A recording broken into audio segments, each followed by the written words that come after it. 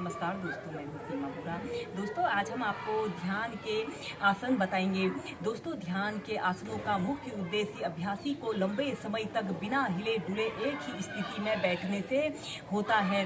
दोस्तों ध्यान के इन अभ्यासों को करने से हमारी एकाग्रता बढ़ती है, चित्त की चंचलता दूर होती है और मन एकाग्र होता है। ध्यान के इन अभ्यासों को करने से हमें फिजिकल मेंटल बेनिफिट तो मिलते ही हैं, इसके अलावा स्पिरिचुअल बेनिफिट भी मिलते हैं। आइए देखते हैं कि ध्यान के इन अभ्यासों को कैसे प्रैक्टिस किया जाता है। दोस्तों ध्यान के आसनों में सबसे पहला अभ्यास हम करेंगे अर्ध पद्मासना। जो लोग पद्मासना को प्रैक्टिस ना कर सकें वह सबसे पहले अर्ध पद्मासना को प्रैक्टिस करें। अर्ध पद्मासना को करने से हमारे पैर भी काफी मजबूत बनते हैं। ऐसे ही आपने दंडासना की पोजीशन पर ऐसे कमर गर्दन बिल्कुल सीधी करते हुए ऐसे बैठ जाते हैं और अपने राइट पैर को उठाकर लेफ्ट थाइस के पास ऐसे रख लेते हैं। ऐसे अर्ध पद्मासना की पोजीशन पर आते हैं और अपने दूसरे पैर को भी ऐसे मोड़कर ऐसे अपने थाइस के नीचे से ऐसे रख लेते हैं। ऐसे अर्ध पद्मासना की पोजीशन पर रहते हैं और कमर गर्दन बिल्कुल सीधी करते हुए अपने दोनों हाथों को ज्ञान मुद्रा, अपने अंगूठे और तर्जनी अंगुली को ऐसे अग्र भाग में मिला लेते हैं और अपने घुटने के ऊपर ऐसे रख लेते हैं।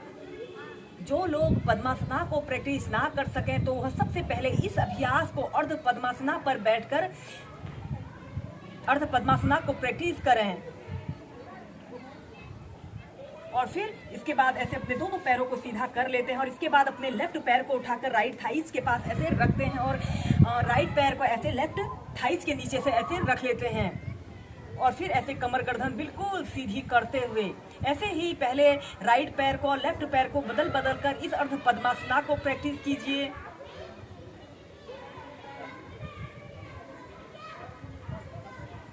और फिर सीधे इसके बाद जब आप ऐसे ही अर्ध पद्मासना को एक आरामदायक स्थिति में लगा लेते हो तो अब हम करेंगे लोटस पोज।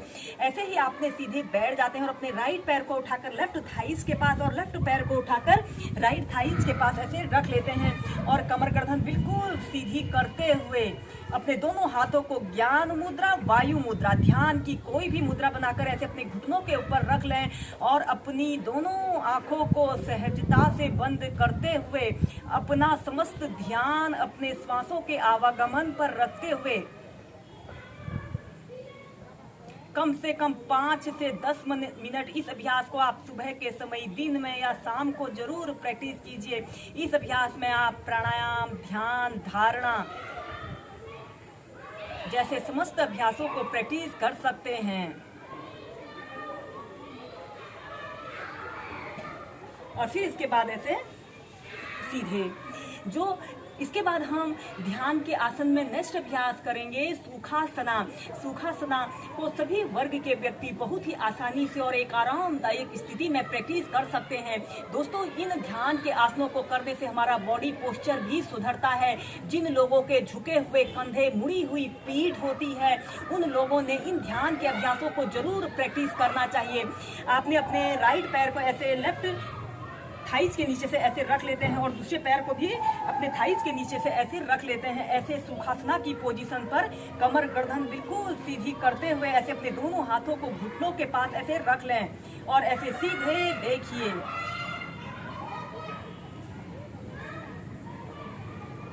इस स्थिति में ध्यान रहे, आपकी कमर गर्दन बिल्कुल सीधी रहे, ऐसे एक सीधी रेखा की तरह रहे। सुखासना को करने के बाद फिर आपने ऐसे अपने दोनों पैरों को सीधा कर लेते हैं। इसके बाद हम ध्यान के आसनों में नेक्स्ट अभ्यास करेंगे वज्रासना, जिसे डायमंड पोज भी कहा जाता है। आपने ऐसे ही दंडासना की पोजीशन पर ऐसे बैठ जाते हैं और अपने दोनों पैरों को ऐसे घुटनों से ऐसे मोड़ लेते हैं और ऐसे आपके पैर के अंगूठे एक दूसरे को स्पर्श कर रहे हैं और आपने अपने दोनों हील के ऊपर से ऐसे बैठ जाना है और ऐसे कमर गर्दन बिल्कुल सीधी करते हुए अपनी आंखों को बंद कर लें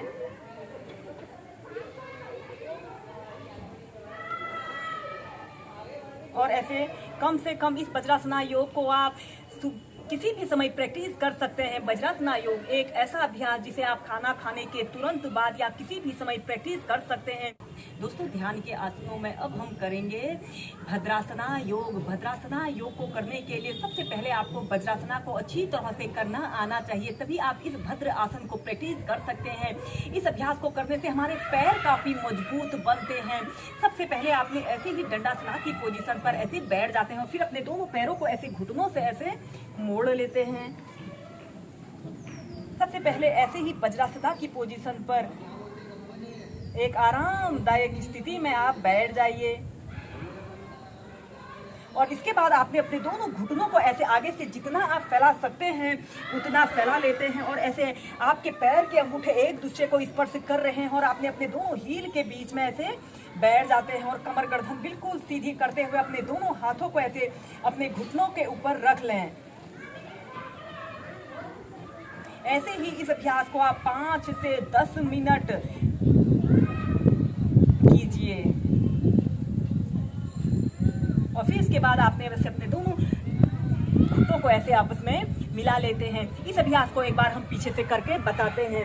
सबसे पहले आपने ऐसे ही वज्रासना की पोजीशन पर ऐसे बैठ जाना है और आपने अपने दोनों घुटनों को ऐसे आपस में दोनों घुटनों को इतना जितना फैला सकते हैं उतना फैला लेते हैं। ऐसे आपने आपके पैर के अंगूठे एक दूसरे को स्पर्श कर रहे हों और आपने अपने हिप्स को ऐसे जमीन पर स्पर्श करा लेना है।